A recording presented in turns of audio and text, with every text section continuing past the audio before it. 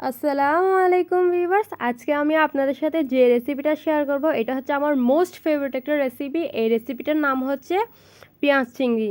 পেঁয়াজ চিংড়ির মশলা কারিও বলতে পারেন। এই রেসিপিটা এত মজার, আপনারা যদি একবার ট্রাই করে দেখেন তাহলে কিন্তু বারবার বানিয়ে খেতে বাধ্য। এর গ্যারান্টি আমি দিচ্ছি। তো রান্না করার জন্য প্রথমে একটি ডেকচি নিয়ে নিবে, সেখানে দিয়ে দিবে তেল। তেল দেওয়ার পর দিয়ে দিবে বেশ কিছু পরিমাণ পেঁয়াজ।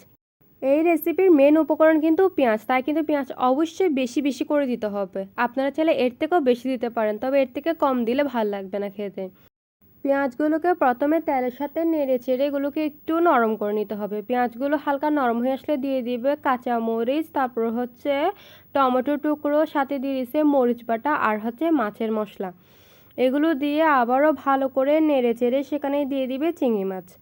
এখানে আম্মু মিডিয়াম সাইজের চিংড়ি মাছ ব্যবহার করেছে, আপনারা চাইলে ছোট বা আর একটু বড় সাইজের চিংড়ি মাছ ব্যবহার করতে পারেন।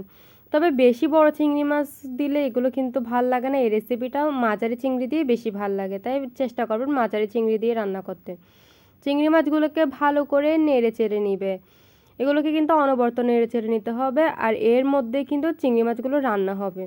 এখানের মধ্যে কিন্তু একটুও পানি দেওয়া হবে না। কিন্তু আপনাদের যদি ভয় লাগে যে চিংড়ি মাছগুলো পুড়ে যাবে বা পেঁয়াজটা পুড়ে যাবে, তাহলে সামান্য পরিমাণ পানি দিতে পারেন, তবে পানিটা কিন্তু পরবর্তীতে শুকিয়ে নিতে হবে। আম্মু এই মোমেন্টে নেড়ে চেড়ে ঢাকনা দিয়ে দিল। এই মোমেন্টে চুলা ফ্লেম কিন্তু একদম লো রাখতে হবে। এই তো চিংড়ি মাছ থেকে টমেটো থেকে হালকা পরিমাণ পানি বের হয়েছে, আর চিংড়ি মাছগুলো কিন্তু ভালো করে সিদ্ধ হয়ে গেছে। তাই আম্মু উপর থেকে ধনেপাতা কুচি ছিটিয়ে দিল। ধনেপাতা কুচি দেওয়ার সময় একটা টমেটো ছিল, ওই টমেটোটাও দিয়ে দিছে। ব্যাপার না, টমেটোটা সিদ্ধ হয়ে যাবে। টমেটো সিদ্ধ হতে তো 2 সেকেন্ডও লাগে না। তাই আম্মু ভালো করে নেড়ে চেড়ে নিচ্ছে যাতে ধনেপাতাগুলো সব দিক দিয়ে মিশে যায় আর কি। এবার ঢাকনা দিয়ে নামিয়ে নিবে। এই তো রেডি আমাদের রেসিপি। আল্লাহ হাফেজ।